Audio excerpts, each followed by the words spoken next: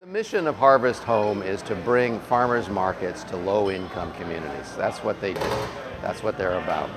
And other groups do a wonderful job of developing farmers markets in many kinds of communities, not just in New York City, but all across the country. But very few have that singular focus on making sure that that food is available to everybody. And that's the Harvest Home story. And I think that that's what distinguishes them as a nonprofit from just about anybody else who's out there in the food world today.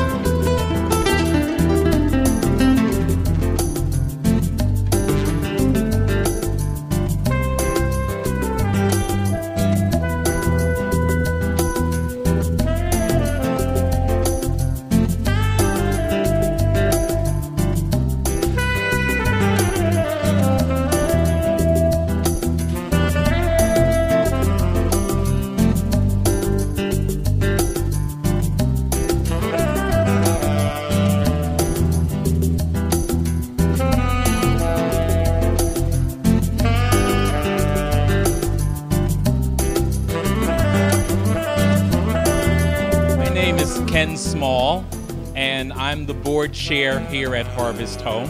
And on behalf of Harvest Home Farmers Markets, I'd like to thank all of you for coming out tonight to our first annual event. So the first thing I want all of you to do is to give yourselves a round of applause. I also want to acknowledge the presence of several of our board members, and they include Jill Brock, Barbara Brenner. Is Barbara actually here? Okay, we're going to give her a little clap anyway. Thank you. Nina DiMartini Day. Wave, Nina. Fern Estro. I saw you, Fern. Mark Winne. Laura Niche. Laura, I saw you in the house. Is Nevin Cohen here as of yet?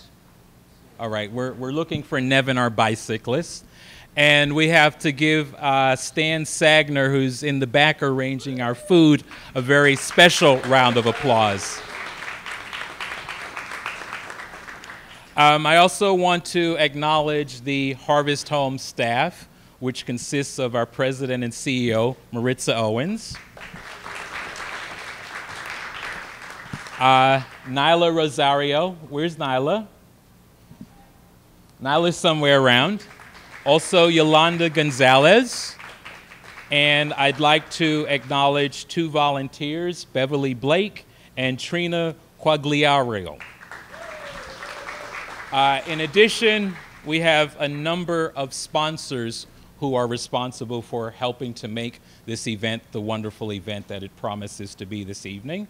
And those include Gus Sodas, Casa de Vinos, Borough Fair, and Fangoli Winery, and the beer company that has lovingly provided us with beer, the Brooklyn Brewery. So Let me now turn the microphone over to the Harvest Home CEO, Ms. Maritza Owens. Maritza?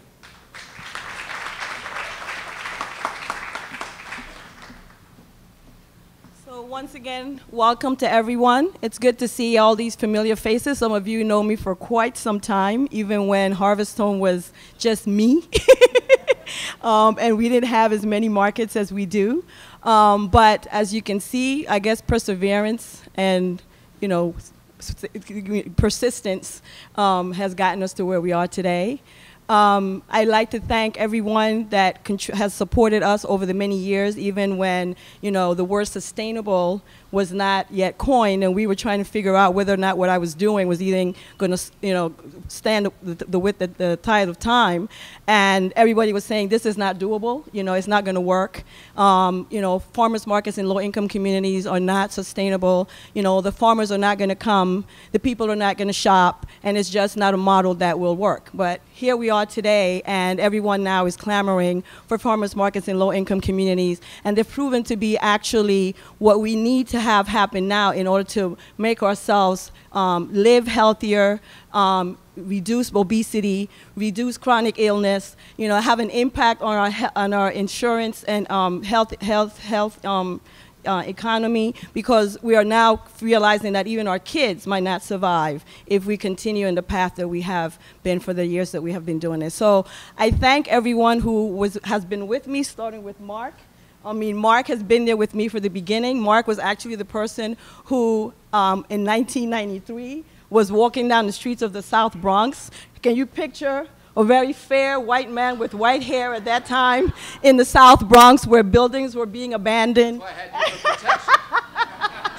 Walking down with a black woman down the street trying to figure out where to put a farmer's market. So even then, Mark was, you know, had the vision and to help us get this project started. And over the years has been one of the staunchest supporters of Harvest Home. And I appreciate him being here today and taking the time to do this event with us.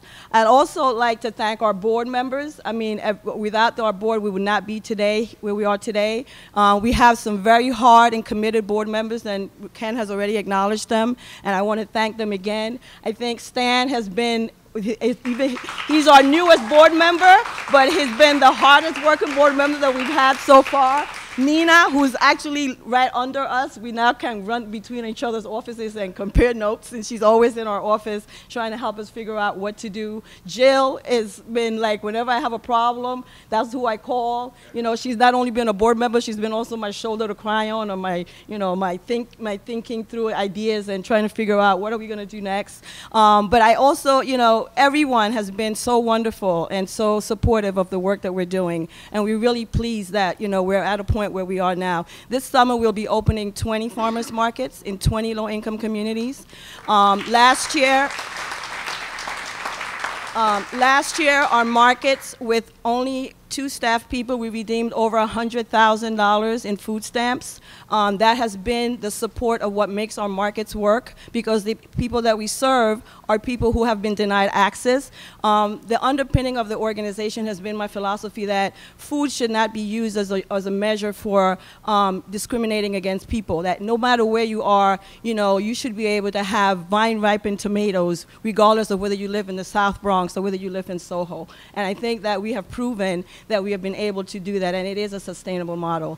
There are challenges doing this work. You know, it doesn't always work out exactly the way we want it to be, but we still press on, and I think at the end of the day, you know, when I go to the farmers markets and I see people walking away with, you know, 5 or 6 bags of produce for under $5, I think that's what's make it all worthwhile for us to do the work. Every year when I was doing this out of my house, I used to say, why am I doing this? Because I used to work a full-time job and then do this. And I was like, are you crazy? I mean, nobody's even paying attention to what you're doing. But when I would go to the farmer's market, that would recharge me all over again. And that's what kind of has kept me going all these years. And so we're very pleased to be here today. So I will stop talking now, because I can talk about this, as you can tell, forever, because it's my passion. But I would like to take this opportunity to introduce our guests, and I hope that you enjoy this evening and that you're able to, once you get home, read the book. Mark has written a wonderful book. I've read both of his books. He has a good sense of humor as well, so it's not all about just the work, but every time I read the book, I say, yeah, that sounds like something that Mark would say, and I laugh. So I would hope that when you get home that you will take the time to read the book as well. And I hope that you can walk away with, I hope, a good experience this evening. So at this time, I would like to introduce Mark Winne, who has been, as you know, in this work for over 25 years. He started out at the Hartford Food System, where he established farm stands at Hartford around the same time where we started doing farmers markets, and has established food policy councils across the country, and is now an author, and he travels the country speaking and consulting with many groups around food policy issues and, you know, food in general, food stuff in general.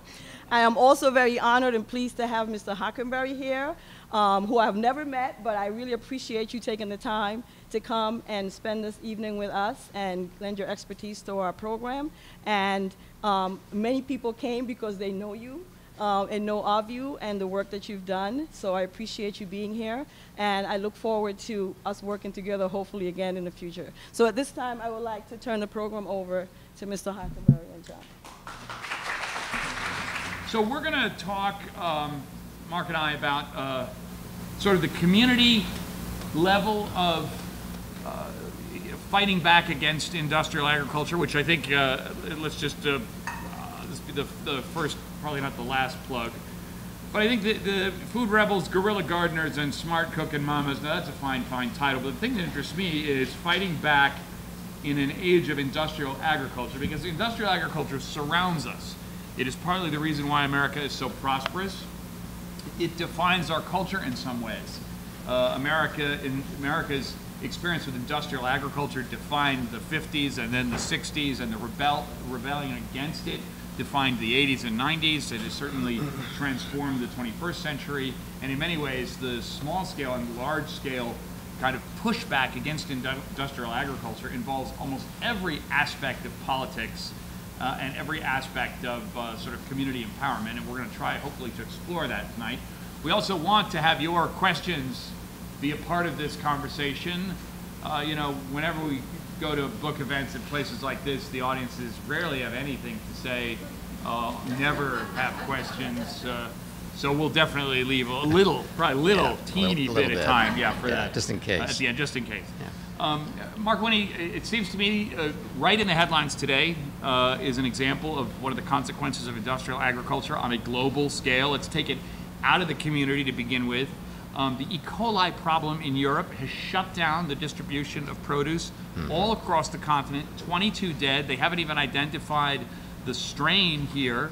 It seems to me this is a test not only of the agricultural distribution system in Europe, but also the healthcare system, the ability of people to attempt even to know the provenance of the food that they're eating. It's a headline that has it all rolled into one. Yeah, as consumers, we think that and hope that our governments are going to protect us. We trust in a certain kind of regulatory process and inspection process, but it seems like time and time again, and more frequently now, we see that process fail. I mean, we just had not too many months ago, we had the big salmonella egg problem. 1,500 people got sick. 500 million eggs were recalled. That was in the United States. And that was really the second time in 15 years that took place. That's right. And so, you know, yet again, we have another big food scare, and 22 people have died as a result. And that's a horrible tragedy. And I think that sometimes the thinking is kind of more toward me, huh? Yeah. Okay. I've been told by the AV people that you need to talk into the mic. Okay. You know, I'm Don't take it personally. I know. I get it every morning on the air. You have more practice than I had, and I think that's probably the reason. But I think the real concern is that we have become, in a way, too trusting of government. We haven't. When these kinds of things occur, what happens is we sort of get mad at government, for not protecting us, instead of getting mad at this industrial food system, which has, in fact, is the cause in many ways for these kinds of problems. Do you think that it's something that has been psychologically created by the industrial world, which prefers to think of food in the same way as we think of tap water and other things that come to us without an expectation that we have to either work for it or understand the source of the material that we're consuming?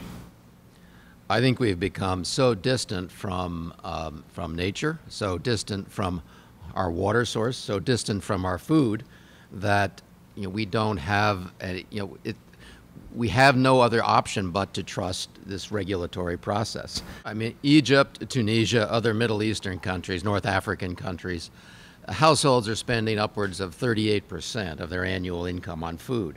And in the United States, we're spending, higher income people are spending about 5 to 10%, just to give you some idea of what that differential is.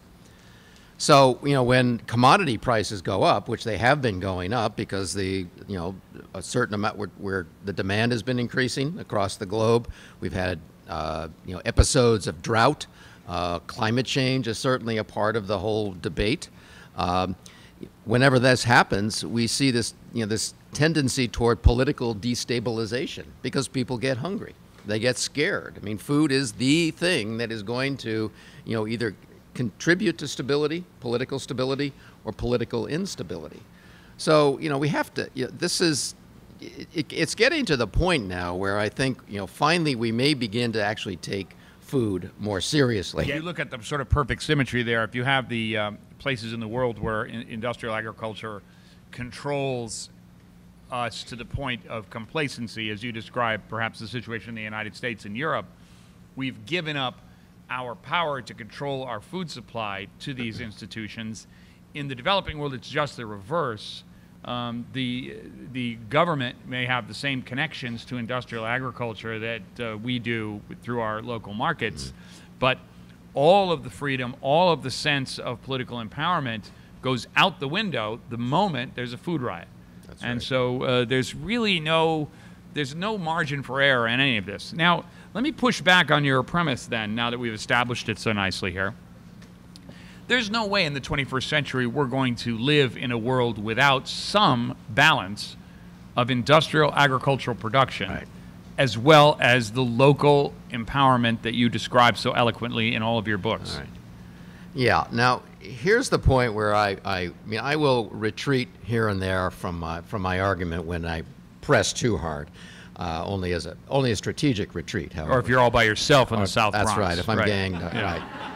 And I don't have Maritza Owens Right, watching that's my right. back. There you go. But, I'm not here to claim that we're going to feed ourselves with our community gardens or our farmers markets in New York City. That's not what this story is about. That helps. That helps us kind of get back in touch with a lot of things, including where our food comes from. It makes us more aware, makes us more engaged. But here's where I won't retreat, and that's when it comes down to democracy. Who is involved in making these decisions? Is it going to be a handful of very large corporations who seem to be increasingly very close to a small handful of politicians, aided in some cases by a very small handful of philanthropists? Or is it going to be a larger community? Let's explore that a little bit. Do large-scale agricultural industrial lobbyists restrict access to gardening and produce and arable land? They restrict access to debate. They restrict access to people in this room who want to have a voice in how our food system is shaped. I can go into any state legislature in this country and I can find any number of big agriculture lobbyists, Farm Bureau, the Corn Growers Association, the cattlemen growers. I'm from the West now. I'm in New Mexico, so I see more of that type. But those are the people that are calling the shots. Let's get down to specifics. I mean, when you talk about corn growers, it seems to me the big issue there is, wow, we have to do something about the amount of high fructose corn syrup in our diet. And let's work on the obesity issue that Maritza was describing right there. I think it's fairly clear the arguments that come up against that from the corn growers. Right. Describe that to us, and then take us into a more obscure argument that may be about access to green vegetables or access to tomatoes, pricing. Yeah, I think it's pretty well known at this point, based on the work of, say, Michael Pollan, that, you know, we have seen I mean, I have been involved over the course of maybe 15 years at this point with the federal farm bill, our big every 5 years. This is when we get down to trying to rethink agriculture, rethink where our food is coming from. And as I think most of us in this room know, we are putting by far the largest percentage, perhaps in the 90 to 95% range of subsidies into corn, soybeans, rice, wheat, and cotton. 5 commodities get most of our subsidies. If you want to look at the amount that goes to fruit and vegetables, which everybody tells us we should be eating more of, and only about 15% of us actually eat what is recommended, we see, you know, probably in the 1 to 2% range. Even after a concerted effort 5 years ago to really try to up that number through a major alliance of public health folks, environmentalists, community food advocates, all coming together, still we're only able to kind of put the ball down the field maybe another yard or two. Let me pretend to be a lobbyist here at the risk of having something thrown at me.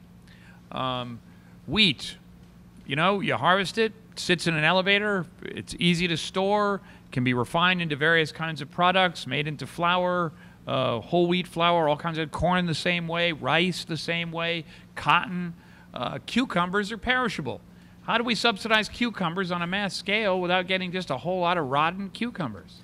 We have a problem getting enough young farmers to get into farming. It is difficult for somebody who wants to say, I want to do 10 acres or 20 acres of vegetable production for local markets. That is much harder to do in this country than it is to start a 600-acre wheat farm in Kansas. You know, how do we begin to align our farm and food policies with our health policies? That's really what this is about. I mean, this is about. So let's talk policy. In a community, let's say the size of Brewster, New York, up in northwest Chester County, got a lot of land up there. Is it possible to design an ordinance whereby, based on the population, the amount of arable land, the property tax values in that particular area, that you would insist that there be a certain acreage of local fruits and vegetables that would be subsidized by the state government to make sure that there was a fully adequate supply of fruits and vegetables in a community of that size? And is that kind of thing scalable? And if I was the food czar that I describe in my book, that I don't want to occur, yes. I mean, I think that's the direct, we'd be looking at our available land base. We'd be looking at making future projections about what our food needs are. We'd actually be saying, what would be a sustainable plan of action around the development of our natural resources, ones that we, the people in that community, control.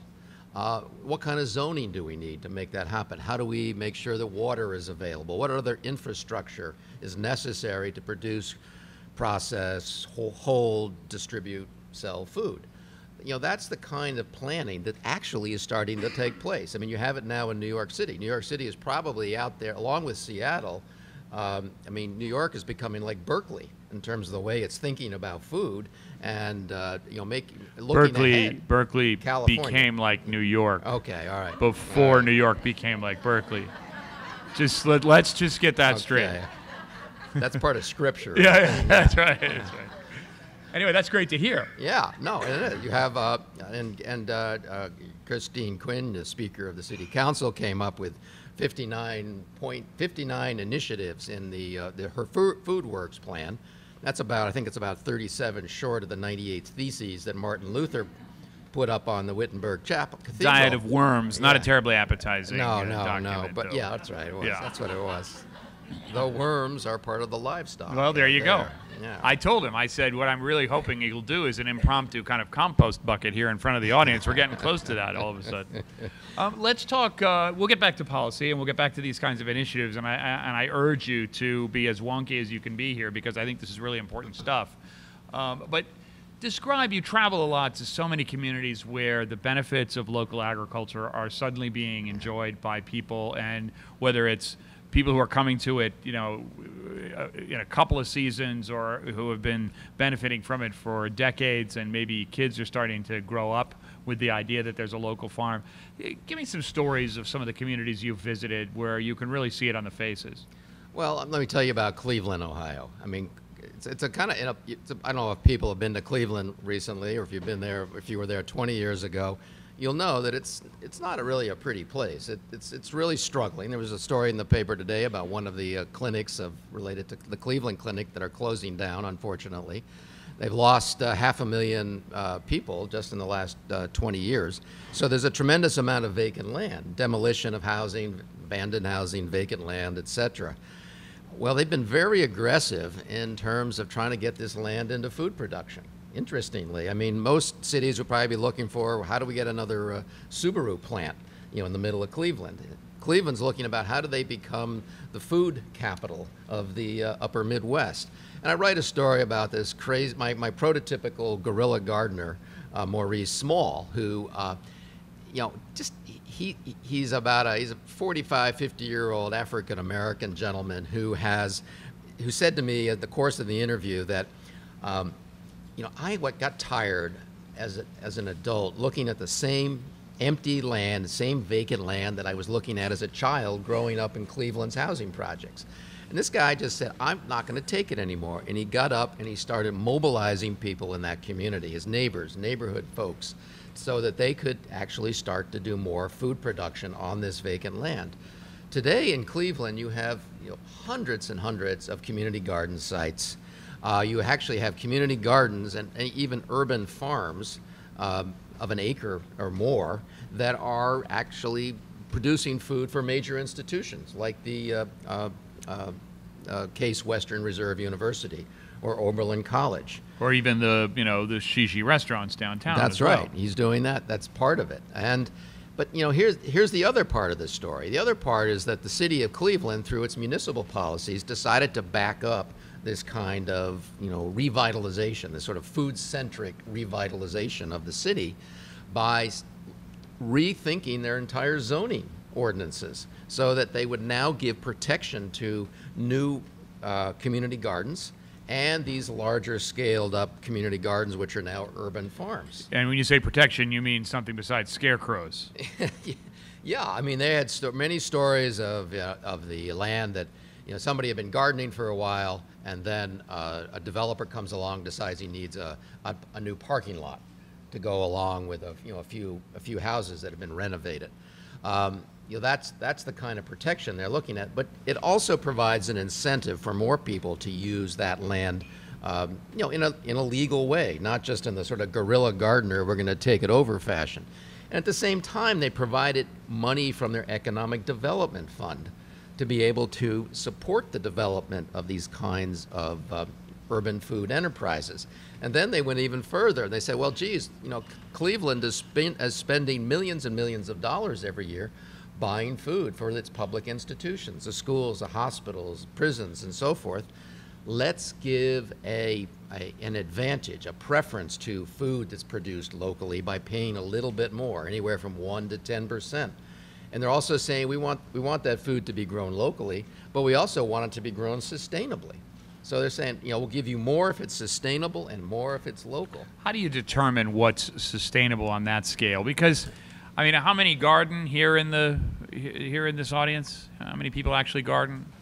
I've done a lot of gardening myself, and in terms of sustainability, I've had years where my tomatoes were probably cheaper than what I could get, and I probably produced some, $12 a pound tomatoes with all the junk that I end up buying at the gardening store.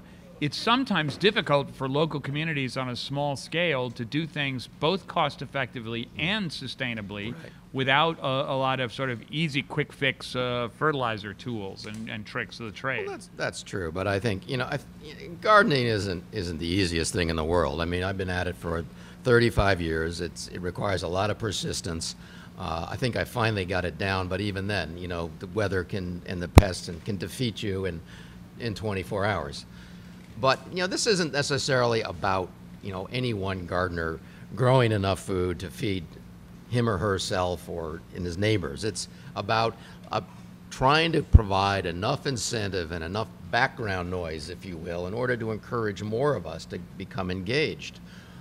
In places like Cleveland, there may not be a lot of choice other than to take what's available to you. What's available to you is that land. What's available to you is this kind of energetic guy who wants to come along and try to get you off your duff and say, hey folks, we got to do something, and we're not by ourselves. We're not going to build a new auto plant. We're not going to stop the Cleveland Clinic from closing a community hospital, but we can grow some food.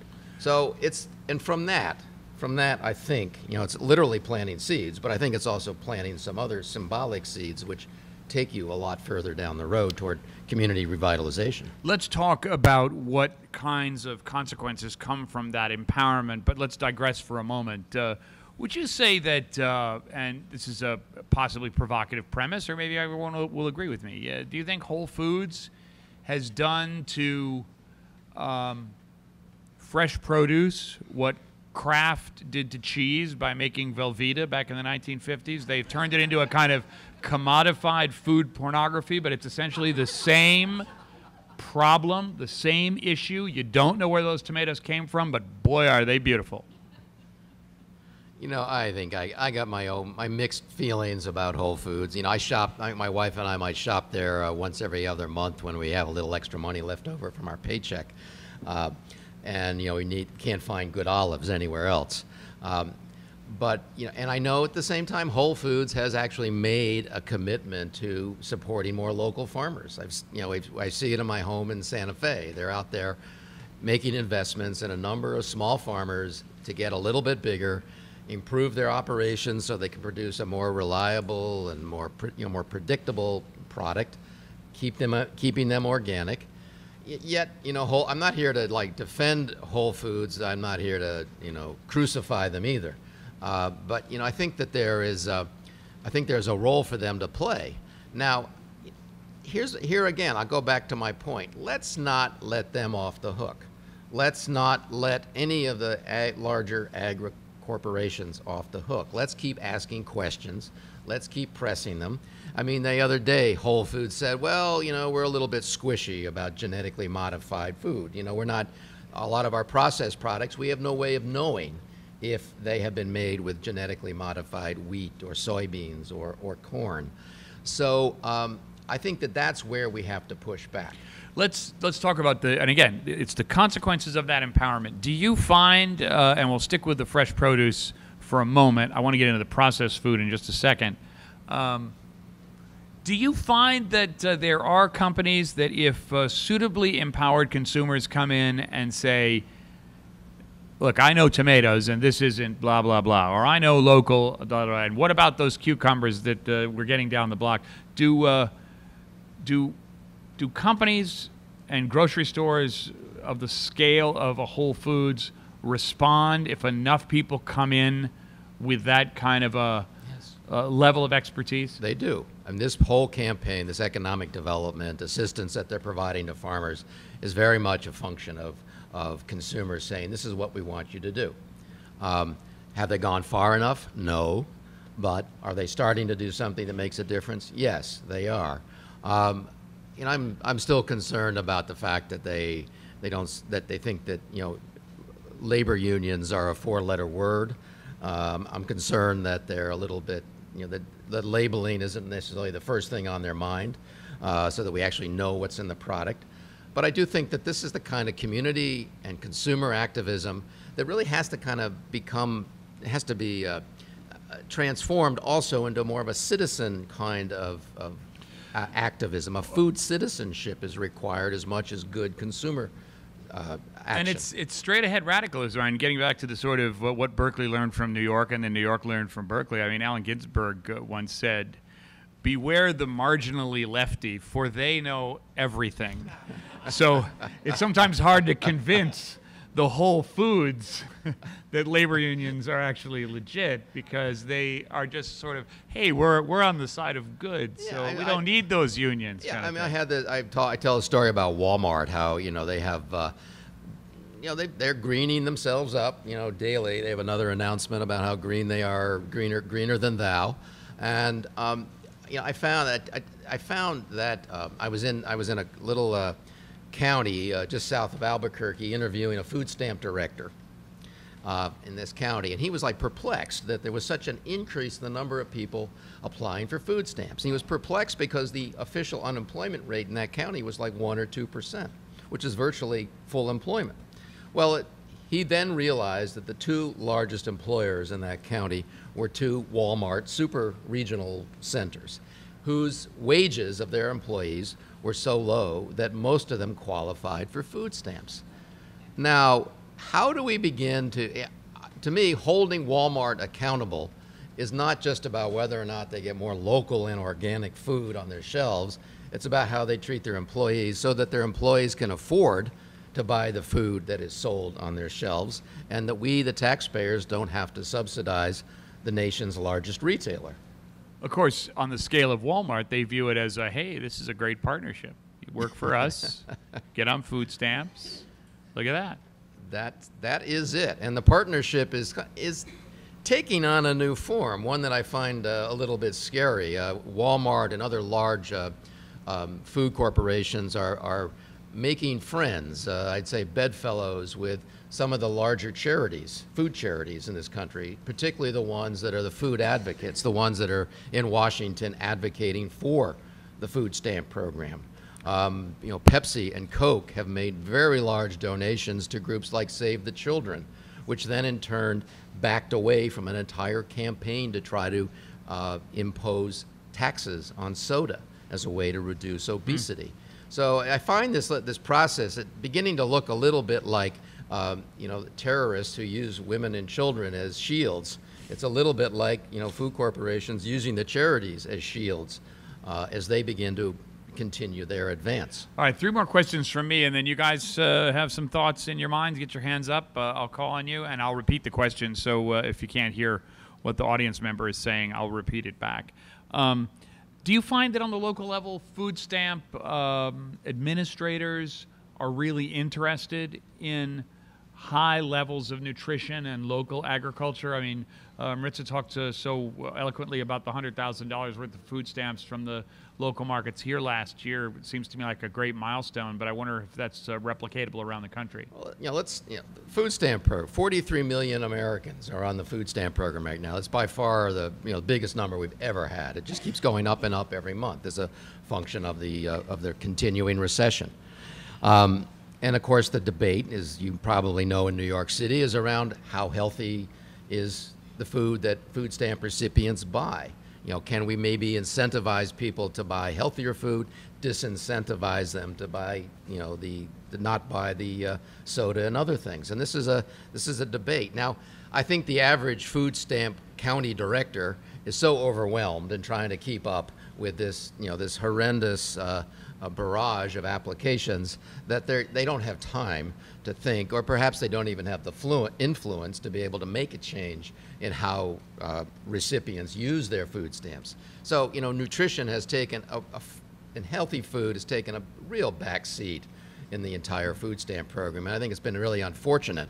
So I think. But are farmers markets learning how to work the system to attract those food stamp recipients? Yes, they are. Yeah. I think that's the point. I think we've seen a tremendous increase in the number of electronic benefit transfer devices at farmers markets. That's being promoted by the federal government. It's being promoted by state governments.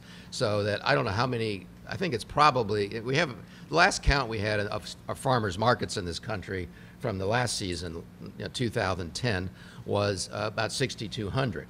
Year before, it was 5,200. So we saw a 20% increase in farmers markets in 1 year. Big. Now, I'm guessing that we have close to 50% of the farmers markets in this country are now being able to use EBT, which means they can take food stamps. And the other great programs like the Wholesome Wave, which are providing it's a foundation set up by Michel Nichon, one of the great sort of chefs of the Northeast, has been incentivizing food stamp recipients to use their food stamps and double the value at a farmer's market.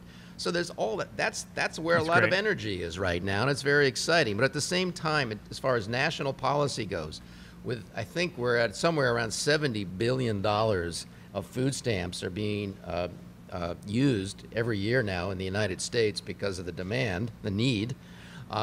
That's where the big debate is. Are we going to try to, get that program in play to redesign it perhaps in such a way that it's going to promote healthy eating in the same way that we might begin to think about the subsidies that we're providing to certain kinds of agricultural entities, to less of the corn, high fructose corn syrup, more of those cucumbers, and are we just going to have continue with the status quo, the same old story? So what's the change maker in this particular moment in time? Al Gore coined the phrase "an inconvenient truth" to talk about climate change, singular, and inconvenient truth, which is all about the rising temperature on the earth. But when you talk about the consequences to agriculture and the rising population, sort of coupled with some of the problems of food distribution in a world where commodity prices are spiking, arable land is reducing, and the ability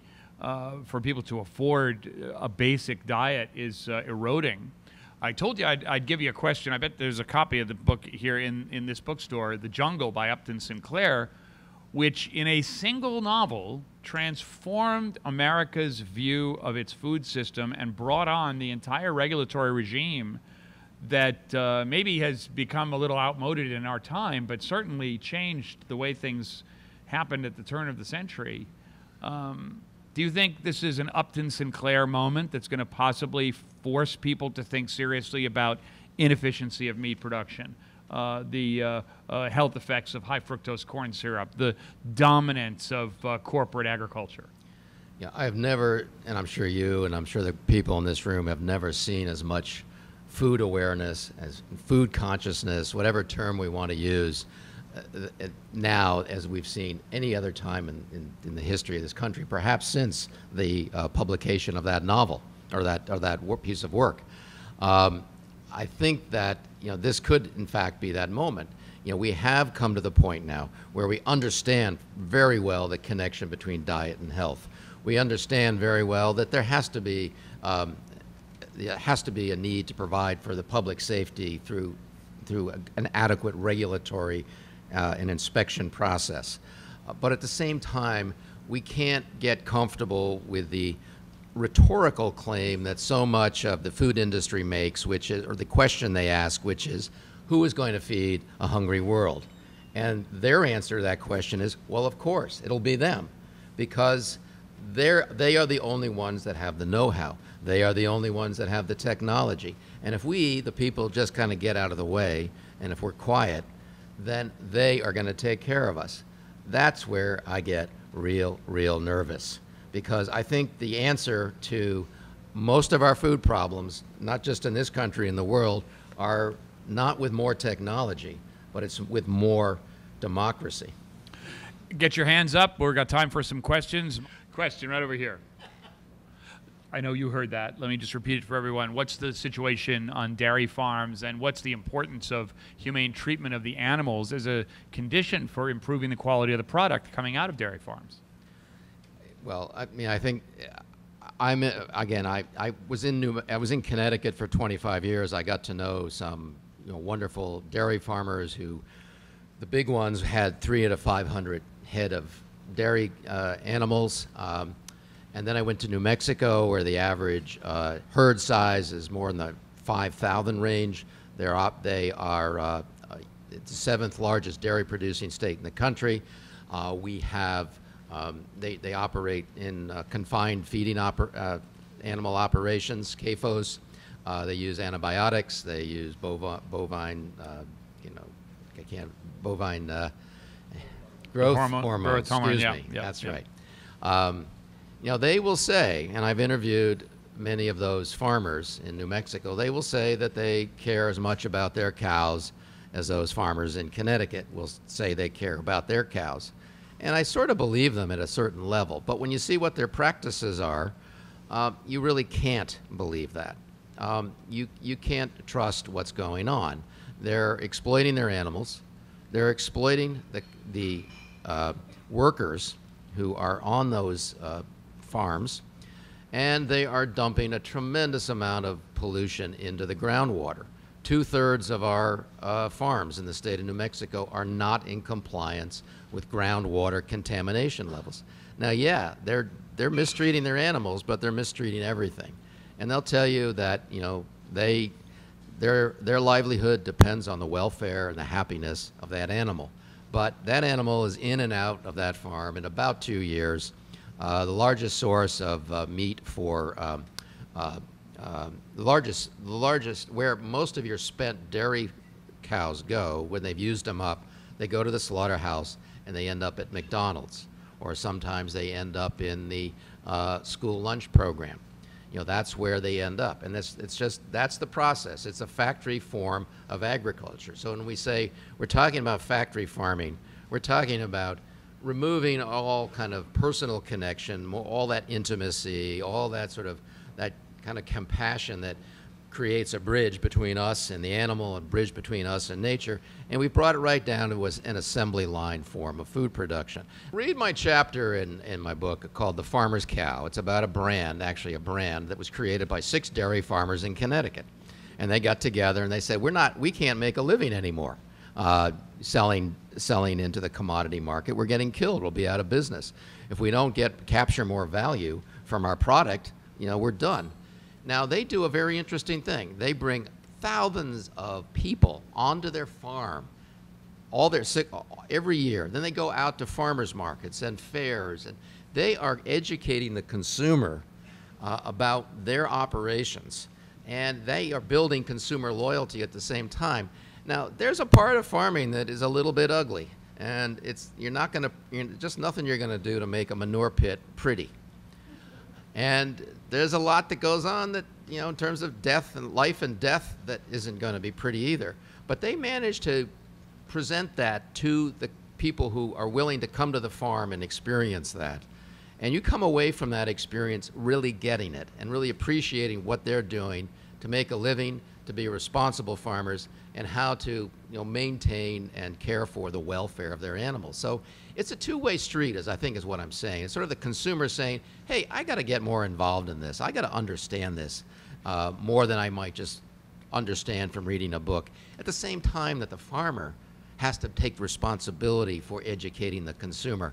It's that recreating that bond, that intimacy, is essential in our food supply and our food system, and it is not done with factory farms. And as difficult as it is to scale, and we have some experience in our family in the Berkshires, the farms that do that have a much more tangible sense of brand than a box with the word organic on it. Absolutely. You know, it's true. A question right here. To follow up on that, What's your position on raw milk? Pro? Yeah, would I drink it? Yeah, yes, I would drink raw milk. I think that I don't know the details of the raw milk debate as well as I would like to. However, you know, it's very interesting that they would send in that kind of, you know, SWAT team to take out the raw milk culprits, when in fact I can show you 150 factory dairy farms in New Mexico that are not in compliance with groundwater, and they admit it. And then I can show you a governor who has taken out the entire regulatory division of the state's Department of Environment, which is responsible for enforcing those regulations. So we have this kind of collusion between industry and the politicians who wants, we're gonna take out the raw milk people, but we're gonna allow, you know, tens of thousands of polluting dairy factory dairy farms to continue to operate. Well, beyond dairy, can you say a couple of things about pig farming and chicken farming in terms of their impact on the environment? Large scale? Well, I think we know that. I mean, the poultry industry in the Chesapeake Bay area has been responsible for and has made a major contribution to the decimation of the seafood industry in the Chesapeake. You know, the water pollution in North Carolina from both poultry and hog farms has been terrible. I mean, entire river systems and estuaries have been, if not destroyed, have been the cleanup costs, which get passed on to us, get passed on to the taxpayer, gets passed on to citizens, rarely gets passed on to the industry who's responsible for it. And again, I go back to how the workers are treated in those places. You know, our first shot at this is usually what's happened to our water, what's happened to our air, what's happening to our environment. That's because that's how we experience it. Imagine being a worker in a hog farm or a poultry operation. Now, here's one other thing that must be from Monsanto, I think, sent this in here. One other thing is is how we have 3 states now that are at the point of criminalizing photography of farms that with animal treatment, that have not, where the photographer has not asked permission to take pictures of, you know, terrible situations within those operations, and that's the industry is behind that. They want to make sure that nobody is going to go in undercover with a camera and take compromising photographs of, you know, what they're doing to their animals or what they're doing to their workers. They know what they're doing is unappealing to most of us, and they don't want to have it broadcast. Now we're going to use the legal system to make sure that those people aren't going to be able to do that. So this is the kind of stuff that we're seeing more of state by state. And I'm getting incredibly worried about that kind of, you know, firing those shots across the bow to keep people away from telling the story about industrial agriculture. Question back here. My understanding of that bill is that Did everyone hear that, by the way? Food safety. Okay, go ahead. Food safety legislation that was passed by Congress recently, will it have a negative impact on local and smaller scale farms? My understanding is that there was what they would call the Tester Amendment after Senator Tester from Montana, which said that, you know, there's a lot of exemptions in there for small farmers and local farmers up to a certain size. I want to say $500,000 in agricultural sales. Don't quote me on that, but I think that's the number. That gives you a pretty good margin. Should provide an ample amount of protection. Most people I know who have followed that really well and really know that system are pretty satisfied with how that bill has turned out. But in general, the way it works in food safety is that without those kinds of exemptions, the industry uses the food safety issue to restrict the price of entry for small farmers and small purveyors. Right, and it doesn't mean that and we've seen this already. I believe it's the big veg, the big vegetable associations, which are pushing back at that legislation to see if, you know, they think that maybe it's given small farmers too much of an advantage, which seems absolutely absurd to me. But, you know, nevertheless, in the way that they think about those things, we can't give those kinds of guys too much of a leg up. My God, how horrible. I think it's big veggie, not big veg. Big veg. Big, yeah, like big pharma, big veg. Last question, right over here. Did everyone hear that? What is have genetically modified crops really improved yields substantially? And what was the second part of it? What's the problem? Okay. Now, I'm not sure I can answer the first part of that accurately. I mean, I think that there's a lot of debate on the science of or the evidence rather, whether or not it has made you have to balance out a number of things. Okay, I can get a better yield, on this field of this crop this year with genetically modified than I could with conventional seed. All right, what happens in, year 5? What happens when I'm using herbicides and having to use more herbicides, which is the way, for instance, genetically modified Roundup seed works?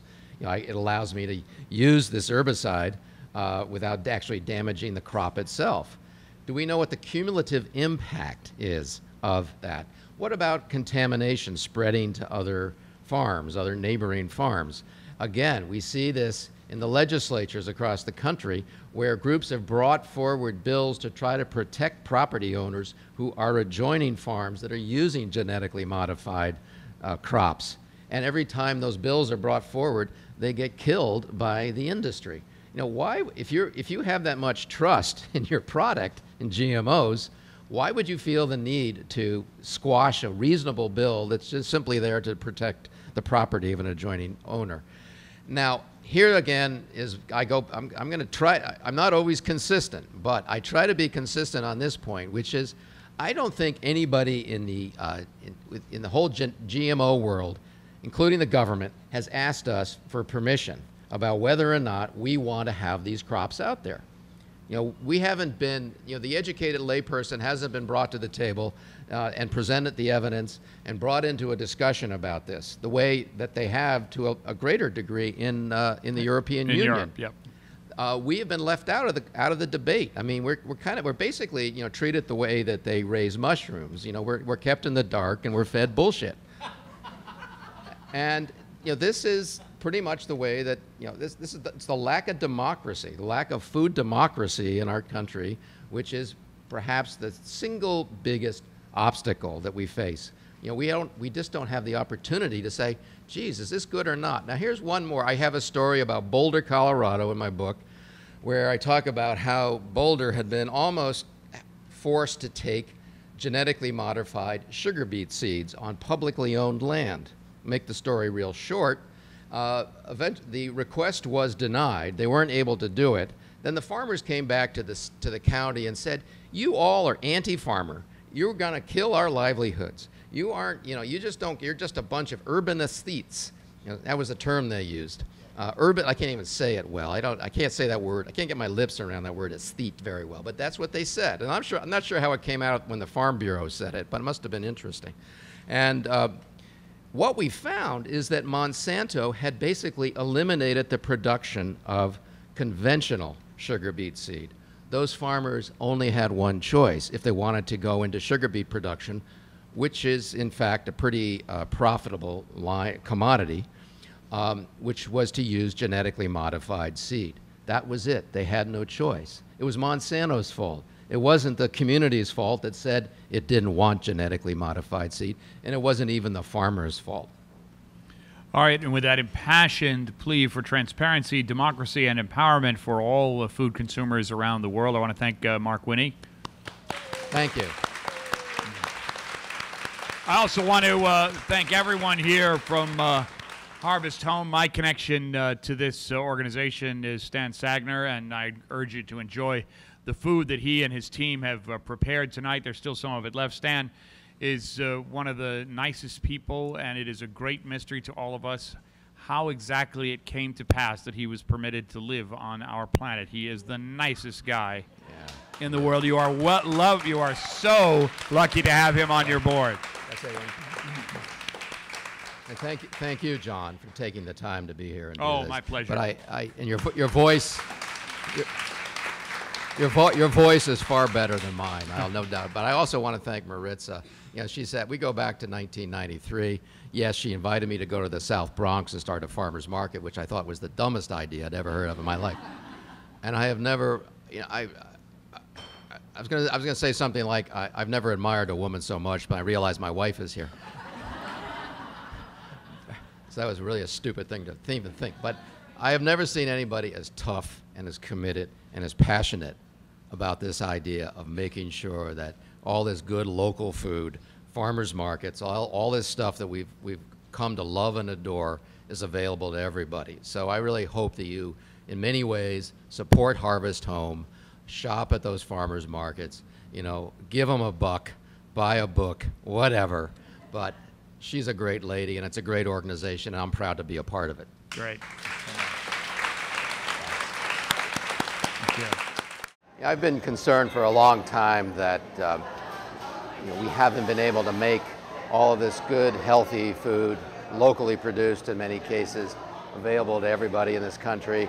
I think it's been a question of, you know, having two food systems, one for people who have lots of money and another food system for people that don't. And I've been involved with Harvest Home farmers markets because I find that they're an organization that has been able to bring healthy local food through farmers markets to some of the lowest income communities in New York City. And I really think that that's what the challenge is. And I've been amazed by how well they have performed. They have, this year in 2011, they're going to be bringing 20 farmers markets to communities across the city. And you know, this means that local farmers, of course, have a place to sell their food and get a good price and make a good living, but at the same time, that means that folks in every walk of life, and every community in the city for the most part, has the opportunity to be able to buy fresh, healthy, affordable food directly from a farmer. And that's what people in America want these days. That's where they're at. And I think that it takes organizations, nonprofit organizations like farmers markets to do that kind of work, of bringing those farmers markets into places that, frankly, it's difficult sometimes to make that farmers market work in a low-income community. But Harvest Home knows how to do it.